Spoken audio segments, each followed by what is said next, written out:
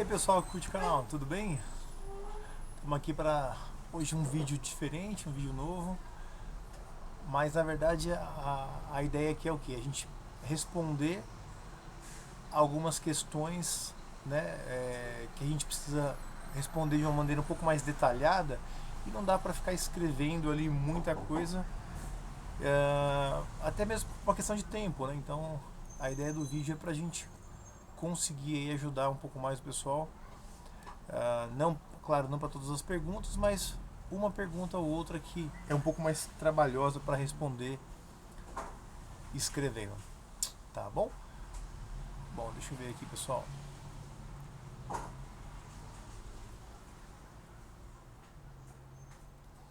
Ó, o Pedro Melo aqui,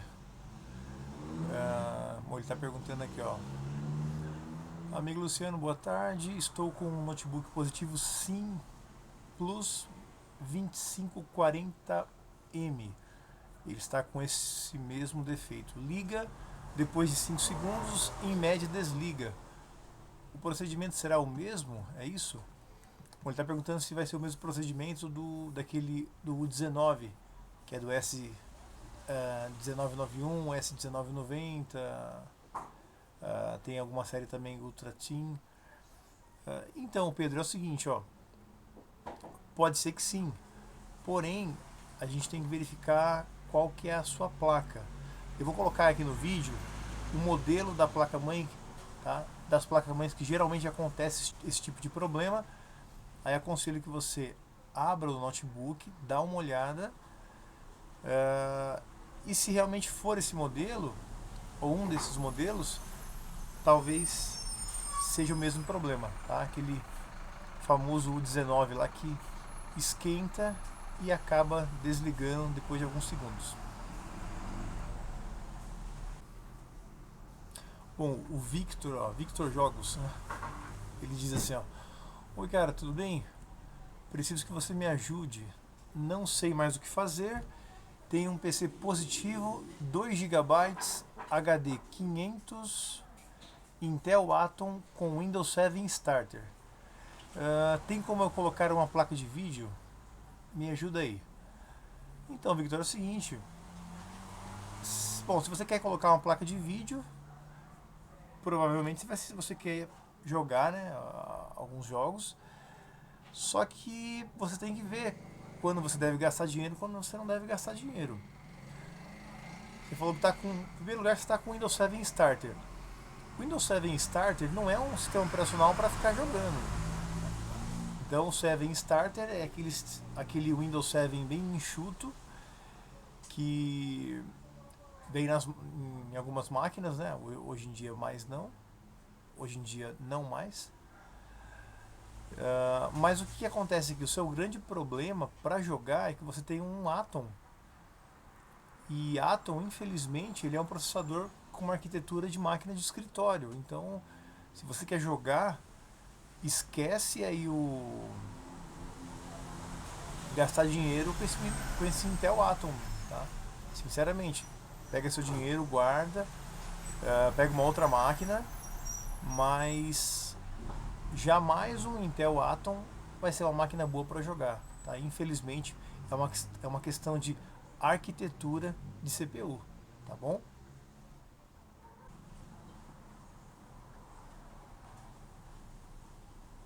Por aqui.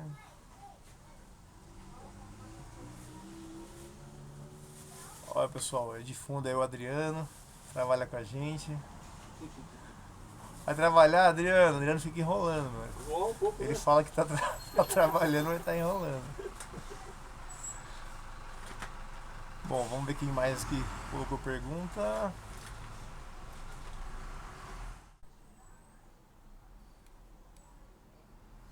Bom, o César Tomazini, ele pergunta aqui referente a um vídeo que a gente colocou de troca do jack de um Samsung RV 411. Ele pergunta aqui, ó: professor, sempre que tem problema nessa peça, o procedimento é a troca? Se for apenas uma trinca na solda ou algum outro reparo na solda, pode ser feito também? Posso usar o ferro de solda caso não tenha equipamento adequado? Um abraço. Então, César, é o seguinte, pode, claro, você pode usar o ferro de solda. Você não precisa necessariamente usar uma estação de ar quente, tá? Pode usar ferro de solda. É que com a estação é mais rápido e é mais prático, tá? Mas ferro de solda também você consegue trocar sem problema. Então, você, você pergunta se o procedimento é a troca.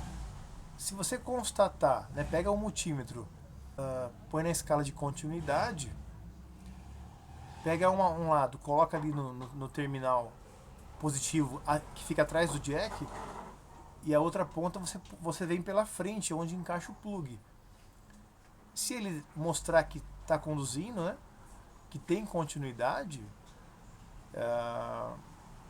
então não é esse o problema. Você tem que ver direitinho o que está acontecendo, né? E se for uma trinca na solda só, aí você não precisa trocar o jack inteiro. Só ressolda, remove essa trinca, né, e faz uma limpeza e pronto. Tá? Geralmente isso vai resolver o seu problema. Bom, uma outra pergunta aqui, agora do Leandro Saldanha. Ele pergunta o seguinte: olá, Luciano, sei que não tem a ver com o vídeo, mas acredito que talvez possa me tirar uma dúvida. Tem um notebook da Positivo que só funciona se estiver conectado no carregador, pois caso desconecte, ele desliga. Esse problema é só trocando a bateria para ser resolvido? Então, Leandro, depende, ó. O que acontece? Pode ser a sua bateria, que realmente ela não consegue mais manter carga, então você desconecta e na hora ele acaba desligando, tá? Mas também pode ser o seguinte: talvez o circuito responsável pela carga da bateria da placa-mãe não está funcionando, né? Então ali você tem um CI que gerencia esse carregamento da bateria, e se ele tiver com um problema, vai acontecer a mesma coisa. A bateria pode estar boa e mas a bateria ela tá boa, mas ela não carrega. Então aí só fazer um reparo na placa-mãe mesmo, tá bom? Não tem outra coisa. O que você tem a fazer para testar é o seguinte: como esses positivos, as baterias, elas são bem mais comuns e fáceis de achar, um conselho que eu te dou é o seguinte: troca a bateria para ver se resolve o problema, põe uma bateria que você sabe que está confiável. Se não resolver, você pega e elimina e sabe que realmente é na placa-mãe, tá bom? Bom, tem uma outra pergunta aqui do César Tomazinho também. Ele fala aqui, ó: tem como fazer um vídeo ligando um home theater 2.0 e 5.1 da forma correta? Valeu, professor, um abraço. César, então é o seguinte, nesse caso aqui eu vou pedir para você entrar no canal lá, procura no YouTube Adriano Moretti, né? O Adriano trabalha aqui com a gente e ele faz alguns vídeos voltados mais para essa área. Então ele pode tirar aí a sua dúvida e até fazer um vídeo aí para você, tá? Então entra lá, procura no YouTube como Adriano Moretti, se inscreve no canal dele mas eu vou dar um alô para ele com relação a esse seu pedido, tá bom? Mas entra no canal dele lá, confere alguns vídeos que ele tem e aí você já fala que é inscrito do nosso canal, se ele pode te dar uma ajuda, tá bom? Obrigado.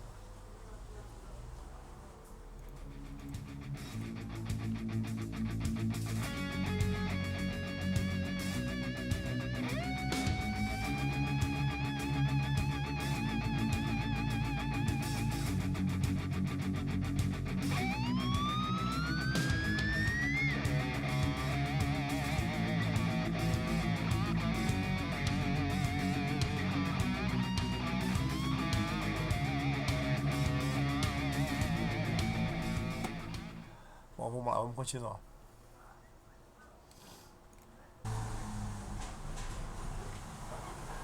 O filhão, Heitor, Vem aqui um pouquinho, por favor. Me ajuda aqui que tem uma pergunta de Minecraft aqui. Vamos pedir ajuda aqui do meu filho. Ah, vem pra cá, filho, desse lado aqui, ó. Ó, bom, aqui, ó. O Gui alemão, ele tá perguntando aqui, ó. Galera, minha internet está muito devagar. O que eu faço? Como que é? Assim dá pra pegar comando para comando block do Minecraft. O que é isso? Command block. O que é um command block do Minecraft? É um bloco de comandos, eu acho. Tá. Por que você não pediu minha ajuda? Não, porque é do Minecraft mesmo, precisa me ajudar. Eu jogo mais Minecraft. Ah, tá bom então. Então, ô Heitor, Oi. bom, então é isso mesmo, né? É um bloco de comando, né? É, eu sei. Tá, obrigado.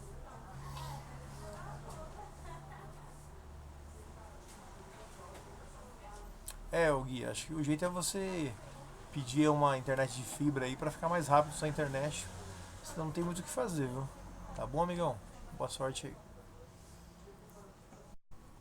Bom, o William Matias da Silva ele perguntou: olá, boa noite. Tem aqui um tablet Samsung SMT110 e quero saber se o display liga sem o touch conectado. Liga, William, liga normal, viu? Pode ligar, ele vai ligar normal, só que sem o touch, né? Você não vai conseguir aí mexer com os comandos, mas vai gerar imagem com certeza, tá bom? Bom, o Fábio Souza que ele pergunta com relação a como testar ponte retificadora, né? O vídeo que a gente fez recentemente, ele pergunta: Cara Luciano, esse teste dá para fazer com multímetro digital? Como? Muito obrigado. Então, Fábio, dá sim, tá? O procedimento é o mesmo. O que diferencia é o seguinte: quando você for usar o multímetro digital, você coloca ali na escala de diodo, tá ok? E as pontas de prova é o seguinte, ó. Tô com o multímetro aqui, ó, digital, né? Lembra aquela hora que você ia colocar a ponta preta no mais e a ponta vermelha no menos com o multímetro analógico? Então, no digital é o seguinte, só inverte. Na ponte retificadora, onde está marcando mais, você põe a vermelha, e onde está marcando menos, você põe a preta. E aí, quando tiver em curto, ele vai mostrar aqui, tá? Deixa na escala de diodo, que aí você vai ver que a resistência vai cair drasticamente, tá bom? Vamos para a próxima. Bom, o Anderson Garcia que ele pergunta: boa noite, Luciano. Gostaria de enviar uma placa de notebook para reparo. Qual o telefone? Então, gente, muitas pessoas perguntam aqui qual o telefone no campo de perguntas. Eu acho que o pessoal não está assistindo os vídeos até o final, porque no final de todo vídeo a gente coloca lá dados de contato, né? Nosso site, telefone, né? Da onde que nós somos, tá? Tem alguns vídeos mais recentes que a gente coloca também o contato no meio do vídeo, mas todo o vídeo, tá? Todos os vídeos, sempre no finalzinho tem ali nosso contato, nosso telefone, tudo direitinho para entrar em contato. Uma outra pergunta aqui do Tenente Doom, referente a um vídeo que a gente fez sobre teste do MOSFET, né?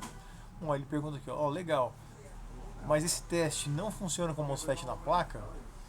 O que acontece é o seguinte, Tenente Doom, parte sim, parte não.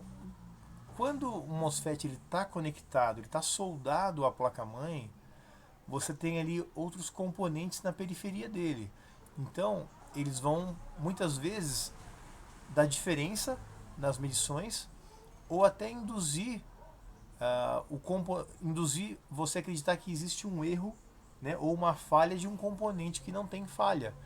Então, nada melhor, que é um resistor, vai medir um resistor, se você puder tirar pelo menos uma das perninhas dele, legal, né? Tira um dos terminais.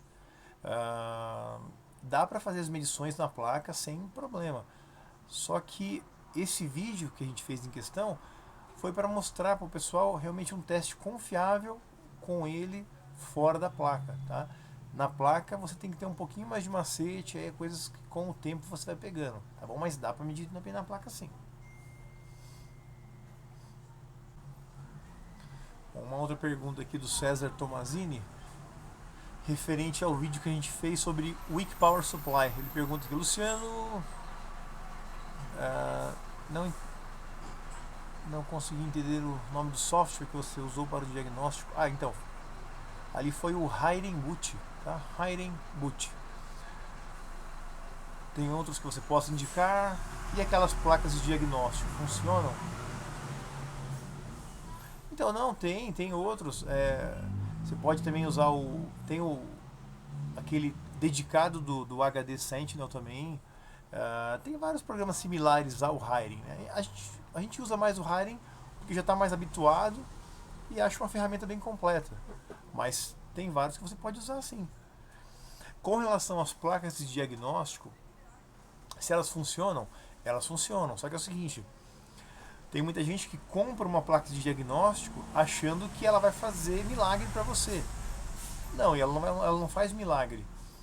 Ela vai executar uma sequência de operações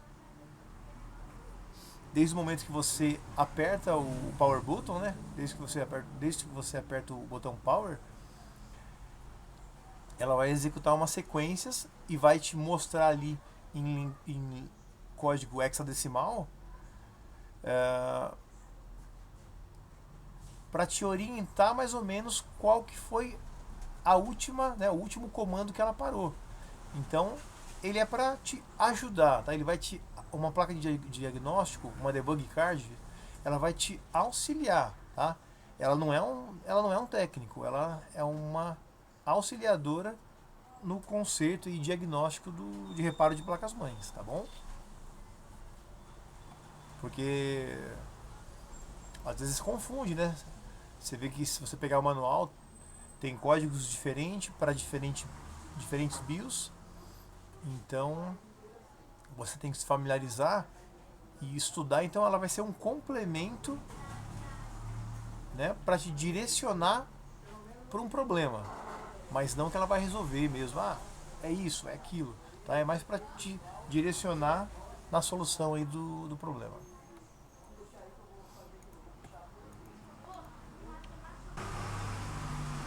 O Jorge GT ele pergunta assim, que tema é esse que toca no fim do vídeo? Então, Jorge, o nome do vídeo, deixa eu ver, peraí. Não lembro exatamente o nome, mas... Ô Adriano, Oi? você lembra o nome lá daquele som que a gente usa no final dos vídeos? Você lembra o nome do vídeo? Não é alguma coisa Vindicated? Deixa eu ver aqui, eu tenho aqui, ó. Tá. A gente já aproveitando aqui enquanto o Adriano dá uma olhadinha ali no nome do tema, da música. Então, nós estamos também elaborando. O pessoal está pedindo, então a gente está elaborando aí um material de curso de placa-mães, tanto de desktop quanto para notebook. Logo, logo aí a gente vai dar mais notícias, tá bom? Fazer uma coisa bacana aí para que realmente vocês aprendam como tem que aprender, tá? Porque a gente vê, infelizmente, muita gente lança cursos de notebook, de placa-mãe, só que com uma didática que o pessoal fica um pouco perdido, ou então só abordando temas muito pontuais. Positivo, modelo tal não liga. Samsung, modelo tal, apaga a tela. Então são problemas pontuais, mas eu acho que não adianta você ensinar, orientar alguém no conserto, reparos de notebook, de desktop, com problemas pontuais. Acho que a pessoa tem que começar a entender toda a dinâmica por trás da placa-mãe, como que funciona, como que é toda a arquitetura, como que as coisas são interligadas ali, para ela começar a pensar, né? Não adianta você ficar usando receita de bolo. Você pega a receita de bolo, ela funciona em um caso aqui, aí você pega um outro caso, já não te ajuda. Então a gente está querendo montar um material bacana para realmente fazer diferença, né? Tá bom? Então logo logo a gente vai dar em maiores detalhes aí, avisar o pessoal do canal, pode ficar tranquilo, tá bom? Então, Jorge, a gente vai colocar para você aqui aí na tela do vídeo para você agora, tá? Aí você pega o tema aí, baixa ele MP3, é bem bacana, né? Tá bom? Bom, vamos para a próxima. Bom, tem uma outra pergunta aqui da Eletrônica Shekinah. Bom, acho que é assim que se pronuncia, Shekinah. Se não for, tá, me desculpa. Bom, Luciano, tudo bem? Eu já tenho uma fonte dessas da Minipa, uma MPS 3005, que uso na oficina, mas levo alguns serviços para fazer em casa. Gostaria de comprar uma dessas para trabalhar com consertos de placas de notebook e celulares. Então ele está referente a um vídeo que a gente fez um review da Yashun, aquela de 1502, né, se eu não me engano. E aí ele pergunta se dá para trabalhar com ela para conserto de notebook e celulares. Então, o que acontece? O fato dela fornecer no máximo 15 volts DC, eu acho que para notebook,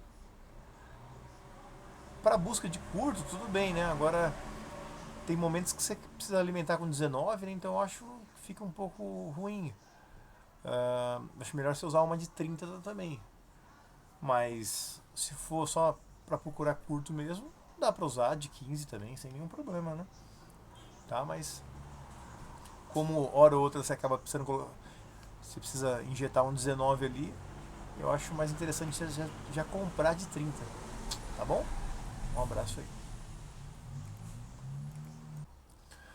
Bom, Oswaldo Lima Rosa Júnior, ele pergunta referente a um vídeo que a gente fez em que as USBs não funcionavam, né? Então aqui, bom, estou com um problema parecido, troquei a placa por uma usada. Desde a instalação as USBs não funcionam.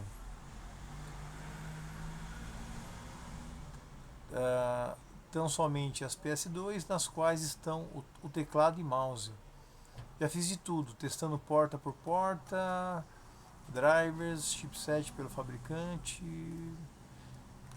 Me causou dúvida que tem duas portas no gerenciador de dispositivo com erro 43 e 45. Desinstalei e reinstalei os drivers e sem sucesso.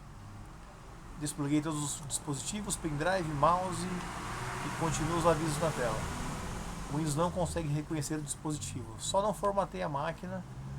Agradeço uma sugestão para o problema. Então, Oswaldo, eu acho que assim, ó, nesse caso, você trocou, né, a sua placa por essa e agora está enfrentando esses problemas. Eu não sei se é exatamente uma placa, a que você trocou e a placa atual que você pegou agora, a sua antiga e essa agora, são o mesmo chipset, né? Caso não sejam o mesmo chipset, eu aconselho que você formate essa máquina para não ter nenhum tipo de problema. Que às vezes quando você troca uma placa-mãe por outra placa-mãe, se o chipset ele é diferente, pode acontecer esse tipo de problema, tá? Ou então, assim, em questão de a parte eletrônica da placa, algum problema no Super I/O também, né? Ou alguma coisa na ponte sul aí, a gente teria que analisar com um pouquinho mais de cuidado aí para te dar um parecer mais confiável, tá bom? Boa sorte aí. O Rafael Campos, ele pergunta aqui sobre um vídeo que a gente fez trocando a plaquinha do Zenfone, né? Então, ó, amigo, meu Zenfone 5 só carrega desligado e quando ligado não reconhece meu carregador e nenhum cabo USB. Será que trocando essa peça irá solucionar meu problema? Grato. Rafael, é bem provável, viu? Bem provável porque isso que você está relatando é bem característico aí do Zenfone e geralmente a troca com a entrada micro USB costuma resolver o problema sim, tá bom? Certeza, lógico, nunca dá pra ter, mas tem uma grande chance de ser isso sim, viu?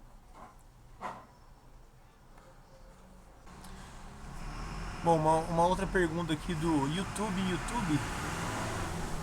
Ele pergunta o seguinte: estou com uma tela LCD que após ligar a imagem pode ser vista quase totalmente escura. Botei uma outra tela e acendeu normal. Pergunta: pode ser a lâmpada da tela com defeito?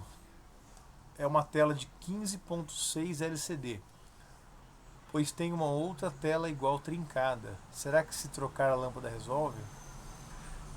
Então, amigo, é o seguinte: sempre em primeiro lugar é bom você saber se uma tela que você tem, ela é LCD lâmpada ou LCD LED, tá? Então tem muita gente confunde.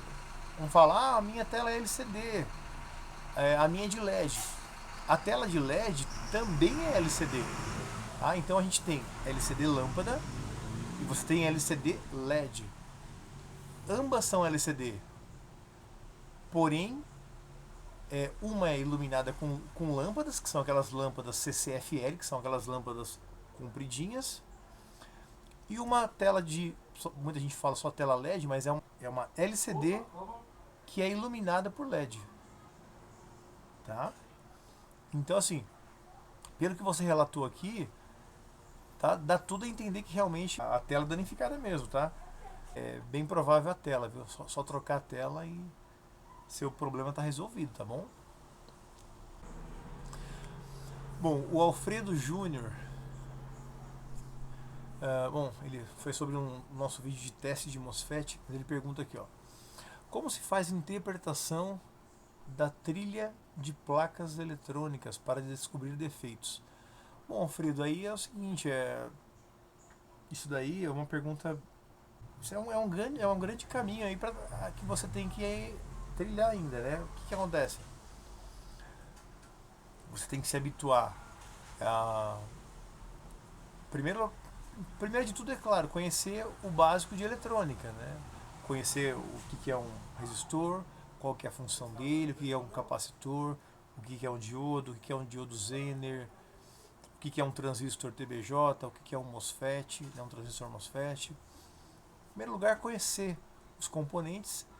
Depois você começar a ver os esquemas eletrônicos, né?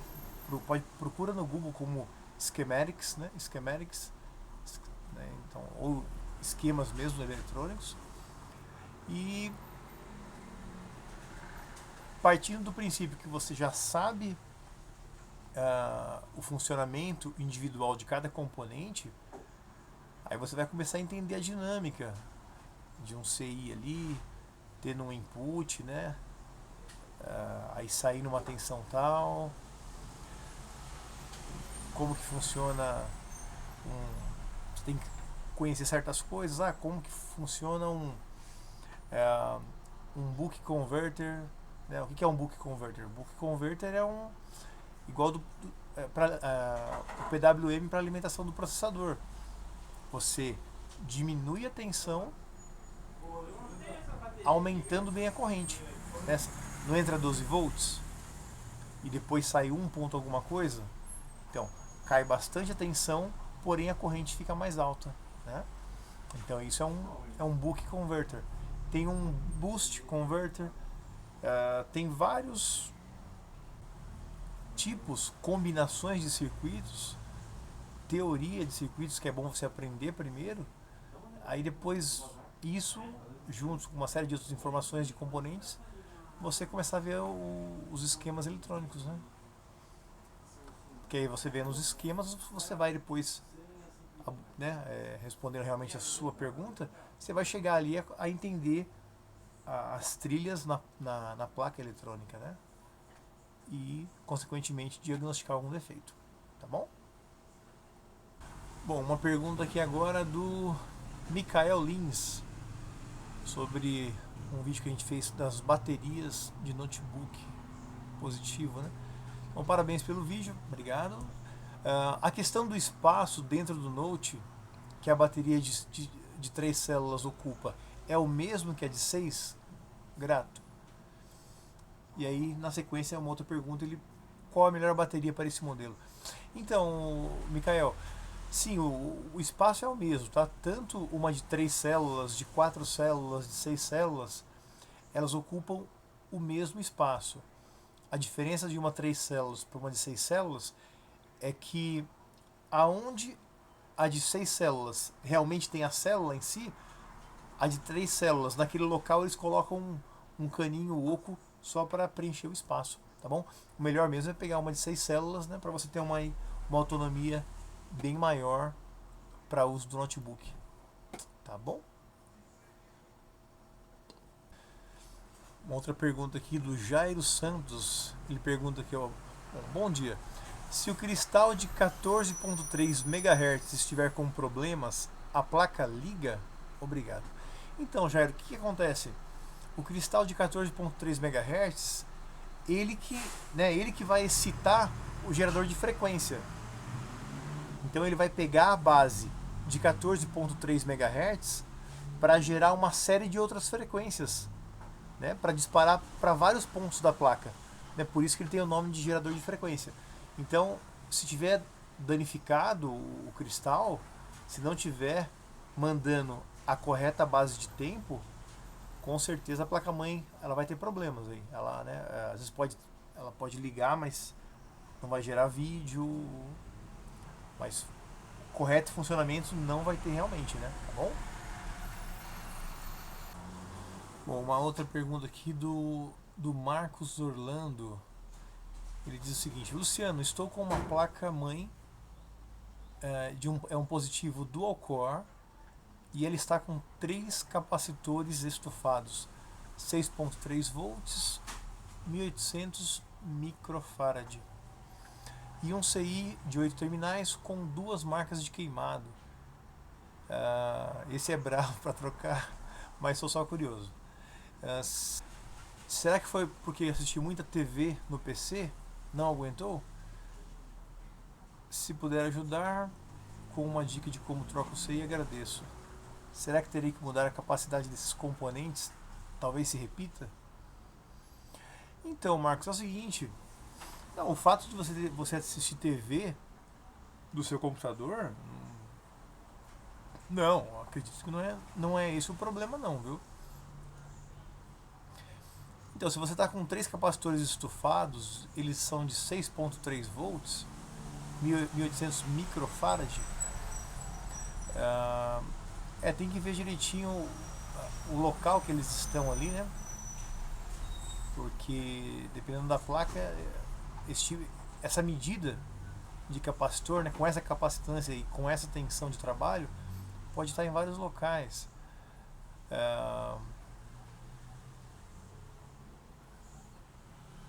Mas assim, o que você pode fazer é o seguinte: trocar, né, esses capacitores que estão estufados, porque se você não troca eles, o que acontece? Pode ter casos em que quando ele é submetido a uma tensão, tem uma fuga de tensão por terra.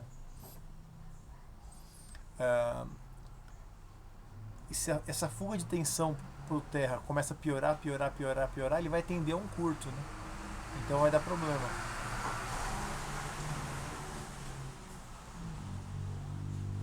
E com relação também a mudar a capacidade dos componentes, também não adianta, né? É importante respeitar como o projeto foi feito. Essas máquinas positivo PCTV, elas geralmente vêm com uma placa-mãe que não são tão boas, né? Então, muitos vêm com uma placa-mãe da MSI, né? Geralmente é uma placa da MSI, escrito lá positivo, POS, alguma coisa, né? AG31, tem alguns modelos. Esse 6 de 8 terminais, com 2 marcas de queimado, provavelmente deve ser um MOSFET, né? Se ele está com marca de queimado, então deve ter entrado em curto, alguma coisa assim. É que fica um pouco mais difícil de responder mais coisas, porque Eu não sei se ela provavelmente não deve estar ligando, né? Ou se está ligando e não gera sinal de vídeo. Precisaria de um pouquinho mais de informação aqui, tá bom, Marcos? Se quiser passar mais informações, a gente tenta ajudar um pouco mais aí, tá bom?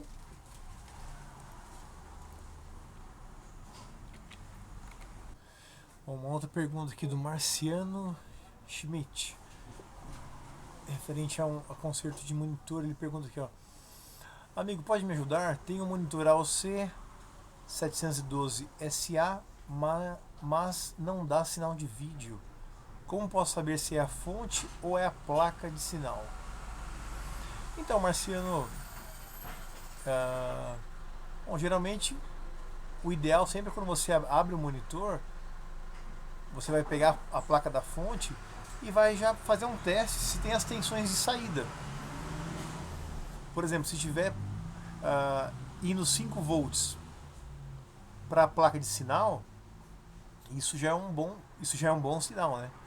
Isso já quer dizer que a placa da fonte está conseguindo gerar tensão, está passando tensão pelo transformador Chopper, e ele está gerando as duas tensões secundárias, a de 5 e a de 12 volts.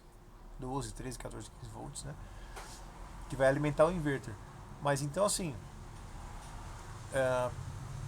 pega a placa da fonte e naquele conector que liga a placa da fonte com a placa de sinal, geralmente tem ali uma marcação ali onde são 5 volts, onde são 12 volts, onde que é o terra. Verifica se você acha esses 5 volts, tá? Porque o que vai alimentar a placa de sinal são 5 volts. E os 12, 14 é para alimentar o inverter, tá bom? Boa sorte aí.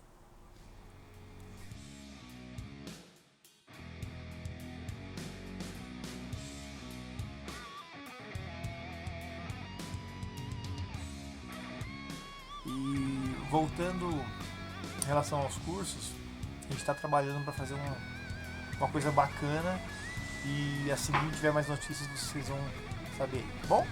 Obrigado e até o próximo vídeo.